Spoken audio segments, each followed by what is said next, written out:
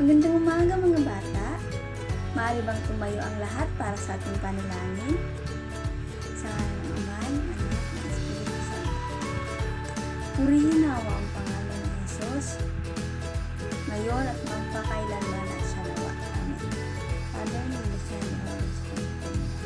Bago po magsiupo, pakipulot po ng inyong mga kalat at pakiayos na rin po ng inyong mga tuwa. Mga bata, may lumiban ba ngayon sa klase? Mahusay kung wala. Lahat kayo ay gustong matuto. May ibinigay pa akong takdang aralin? Wala? Okay. Sige kung wala. Ngayon, bago tayo dumako sa ating panibagong aralin, pagkakaroon muna tayo ng maikling pagbabalik-aral. Ano nga ulit ang tinalakay natin nung nakaraang pagkikita natin? Sige nga, Nida. Tama. Ang tinalakay natin ng nakaraang pagkikita natin ay tungkol sa pagsulat ng titik na A. Sino ang makapagsulat ng titik na A dito sa unahan? Sige nga, Grace. Mahusay. May katanungan pa po ba kayo tungkol sa tinalakay ng nakaraang araw? Okay, kung wala na, dako na tayo sa ating panibagong aralin. Pero bago yan, may classroom role si Ma'am na inihanda. Ano ito? Una, umupo ng maayos at makinig kay Ma'am. Pangalawa, huwag makipag-usap sa katabi. Pangatlo, itaas ang kanang kamay kapag gustong magsalita o kaya gustong sumagot. Pangapat, irespeto si Ma'am at ang kaklase. Iwasan ang pagtawa kapag nagsasalita yung kaklase ninyo. Intindihan? Okay. At ang panghuli, dapat maging aktibo sa klase. Dapat nagtataas ng kamay. Okay. Naintindihan ba yung classroom rules ni Ma'am? Okay, bahusay naman kung ganon. Ngayong umaga ay kakanta tayo ng alpabeto. Magpapatugtog si Ma'am ng alpabeto at sasabayin niyo sa pagkanta. Nakuha niyo ba yon? Okay, magpapatugtog na si Ma'am. Sabayan po natin.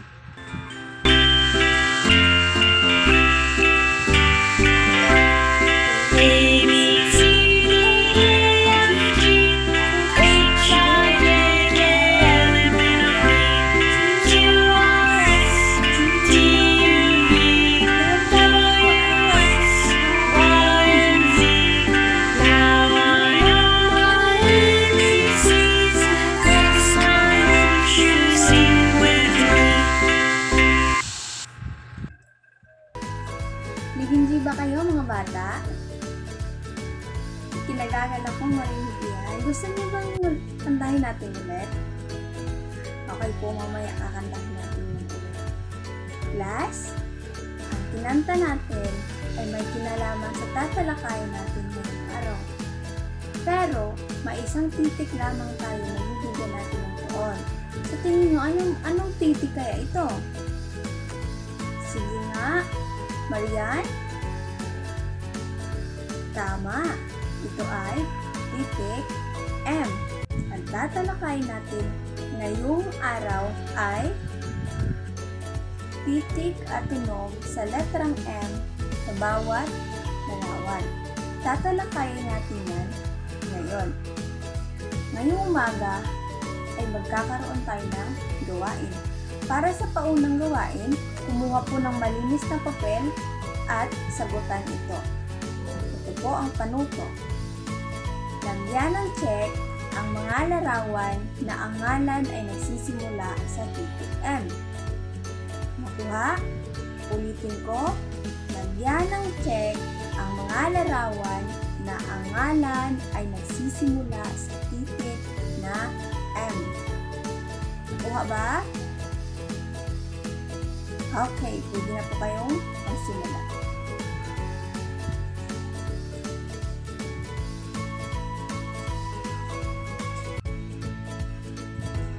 Tapos na po bang sagutan? Kaya ating yung chika ngayon, makipagpalitan ako ng papel sa katabi. Sino po ang gustong sumagot sa unang larawan? Sige nga, Marian. Tama, ito ay check, sapagkat ang mangga ay nagsisimula sa titik na M. Pangalawa, sinong gustong sumagot? Sige nga, Risa. Tama, ito ay check, sapagkat ang mais ay nagsisimula sa titik na M. Paano naman yung pangatlo? Sinong gustong sumagot? Sige nga, Nida. Tama, ito ay ikes. Bakit kaya sa tingin mo ito ay ikes?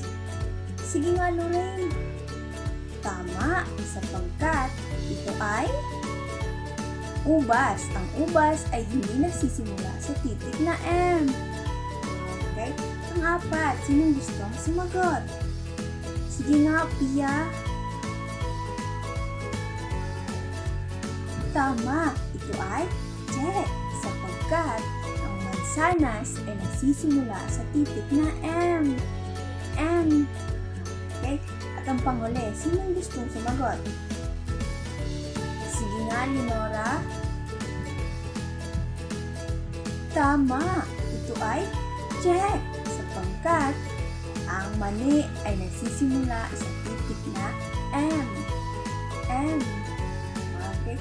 Sino ang nakuha ng perfect score? Okay, halos naman kayo.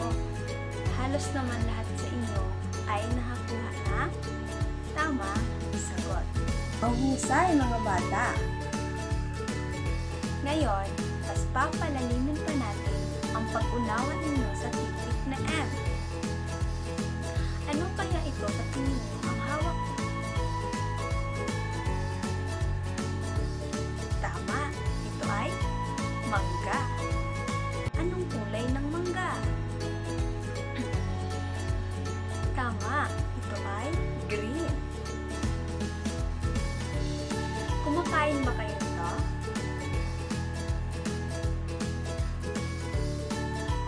Kaya ano naman ang lasa ng mangga? Sige nga, Nida. Okay, tama. Kapag hilaw, ito ay maasim. Kapag hinog naman, ito ay matamis. Okay, mga bata, tandaan niyo, dapat tayong kumain ng mangga sapagkat isa ito sa masustansyang prutas.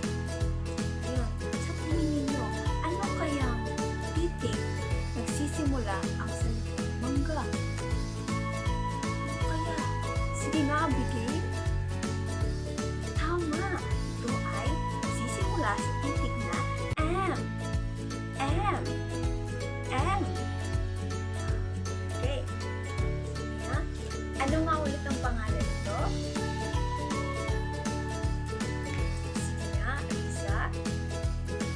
Tama, ito ay mani. Sa anong tunog kaya nagsisimula ang salitang mani? Sige nga, Marian. Tama, ang salitang mani ay nagsisimula sa titik na M. M. M. Mani. Okay. Sa pangalawang larawan, ano kayang pangalan nito? Sige nga, Erica. Tama, ito ay mansanas. Sa anong titik kaya nagsisimula ang salitang mansanas? Tama, titik M. Anong tunog kaya nagsisimula ang mansanas?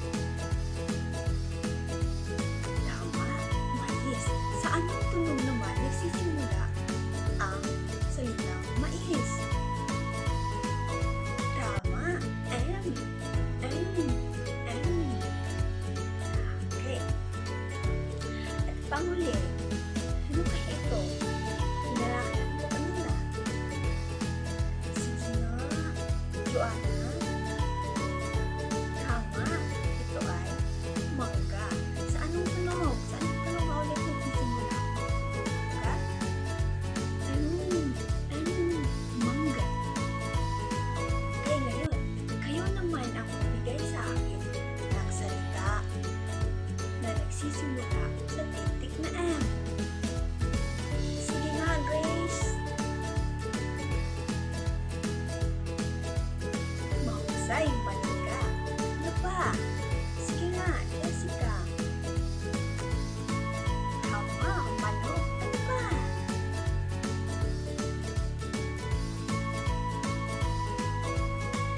Maganda. Pwede tama. Bigyan natin ng 5 bagsak ang karasino. Sumagot.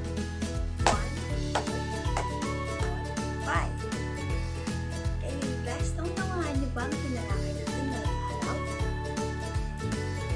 Sa naman kung gano'n. Mayroon pa ba kayong katanungan o gusto niyo gawin? Sigurado? Naunawaan na? Okay, kung wala nang katanungan, magkakaroon tayo ngayon ng pangkatang gawain. Hahatiin ko ang klase sa 3 pangkat. Dito naman sa unang hanay, dito ang unang pangkat at sa pangalawang hanay naman para sa pangalawang pangkat at ang sa ulihan yung pangatlong pangkat. Okay, magsipunta na po sa kanya-kanyang kagrupo.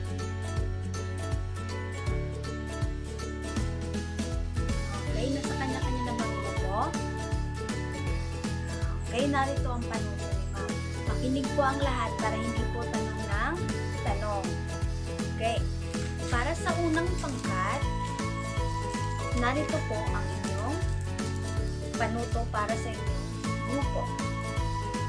Tugma ang tamang sagot sa unang hanay patungo sa pangalawang hanay.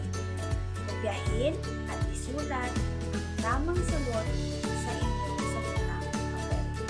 Nakuha ba? Uulitin ko ba? Okay, ulitin ko. Itugma ang tamang sagot sa unang hanay patungo sa pangalawang hanay.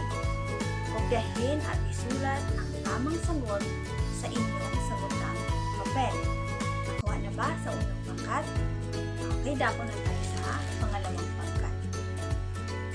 Para naman sa pangalawang pangkat, isulat ang titik na M para mabuo ang salita. Kopyahin at isulat ang tamang sagot sa inyong malinis na papel, sa inyong sagotang papel. Nakuha ba sa pangalawang pangkat? Okay, dako na tayo sa pangatlong pangkat. Para naman sa pangatlong pangkat, mag-isip ng 5 salita na nagsisimula sa titik na M. Isulat ang mga naisip niyong salita sa inyong malinis na papel o kaya sa inyong sagotang papel. Nakuha ba? Okay. Karagdagan ni Ma'am, kung sino yung pangkat na mauuna at yung sagot nila lahat ay tama, bibigyan ni Ma'am ng pabuya. Kuha ba yun? Gusto nyo ba yun? Okay, sige, galingan nyo. Kung gusto nyo makakatabi ng pabuya. Okay, narito ang pamantayan sa pagmamarka ni Ma'am. Babasahin ni Ma'am para sa inyo para may gabay kayo sa paggawa.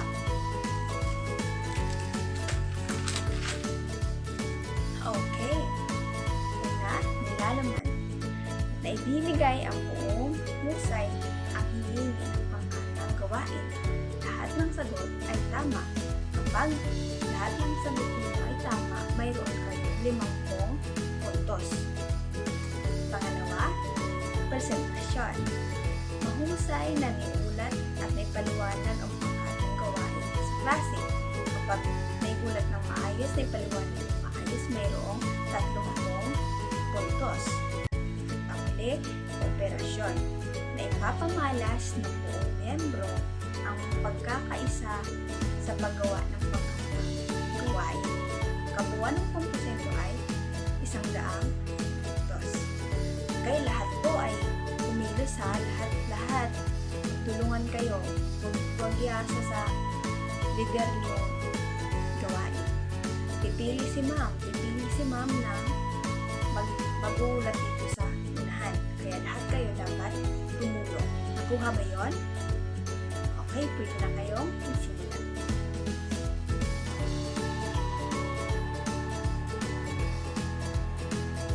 Okay.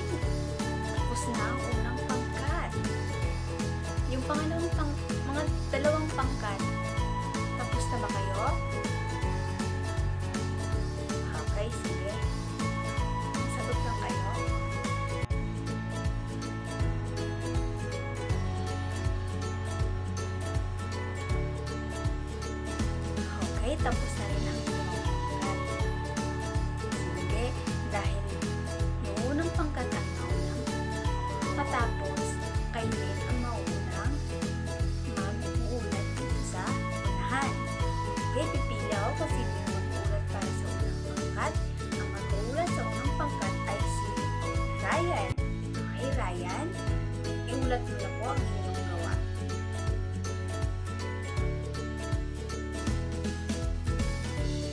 Mahusay, bigyan natin ang unang pangkat ng 5 bagsak.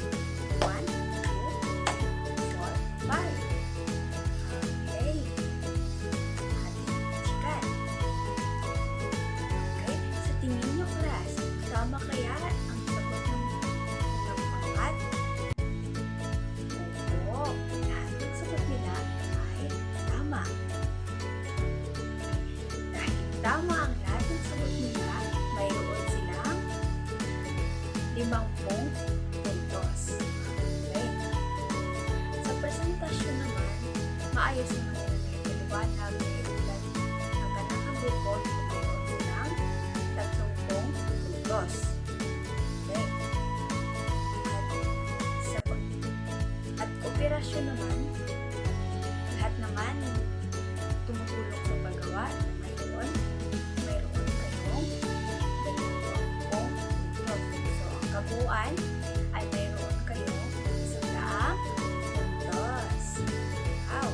Dahil nakuha nyo ang tamang sagot at nauna kayo, mamaya, bibigyan ko kayo ng pabuya. Nakuha nyo ba? Okay, mamaya, kuha nyo sa akin. Okay? Pangalawang pangkat, kayo na po ang mag-ulat dito sa unahan. Ang mag-ulat sa pangalawang pangkat ay si Glendale. Ikaw na po ang mag-ulat sa inyong gawa.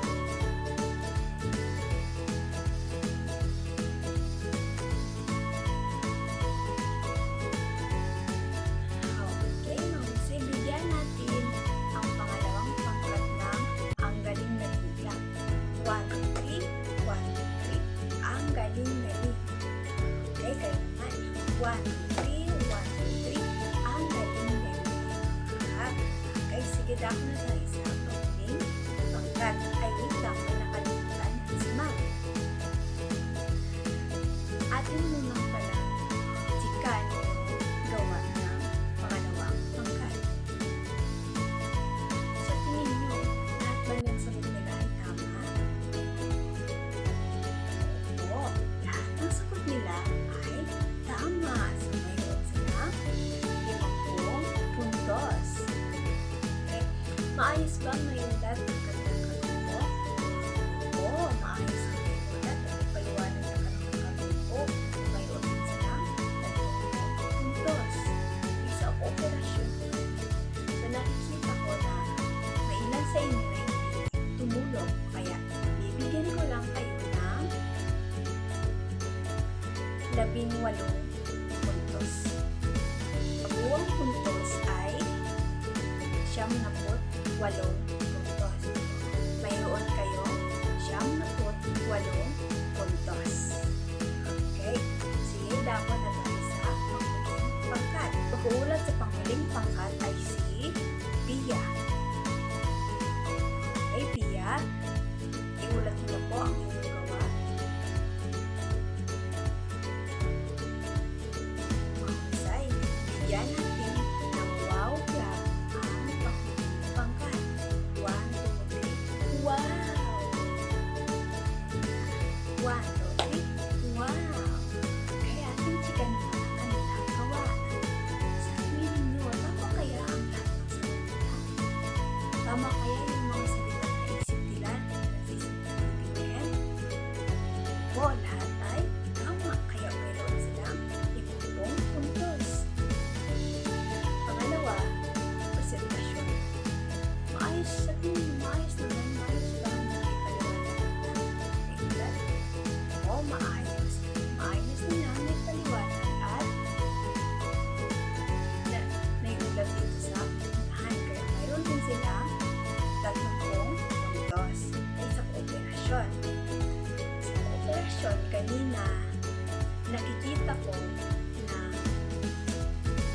tatlo lang yung gumagawa. Kaya bibigyan ko kayo ng 15 puntos. Kaya mayroon kayong ang 2 puntos na matatanggap ay 75 puntos. Okay.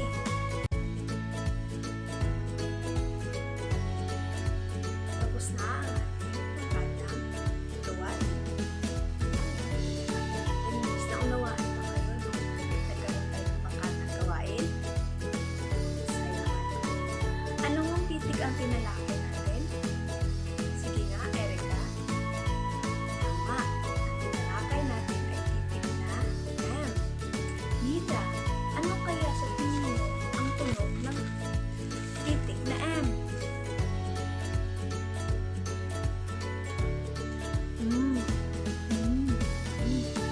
Tama. Yan ang tunog ng titik na M. Okay. Tandaan, ang tamang tunog ng titik na M ay isang nasal na tunog na lumalabas sa bibig habang ang labi ay buhagyang nakapatong sa isa't isa.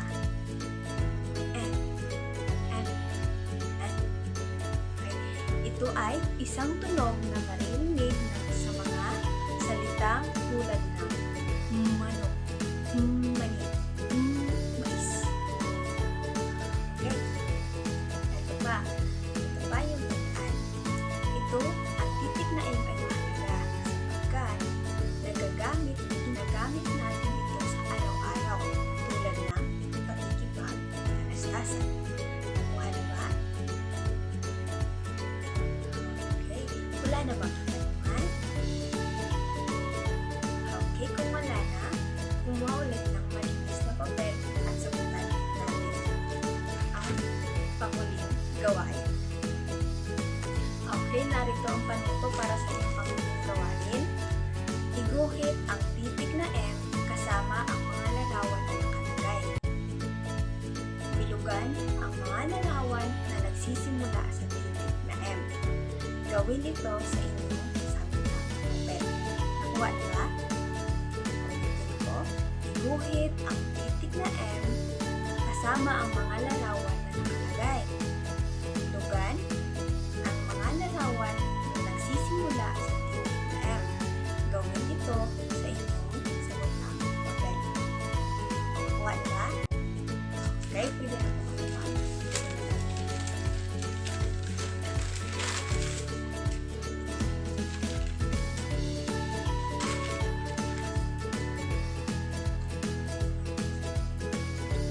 Tapos na ba? Okay, pakipasa po natin yung gawa dito sa unahan. Si ma'am na po ang bahala mag-check. Okay, para sa inyong tatlong aralin na gumuhit ng 3 larawan na ang ngalan ay nagsisimula sa titik na M. Gawin ito sa inyong booklet at ipapasa sa susunod natin makikita. Nakuha ba? Okay.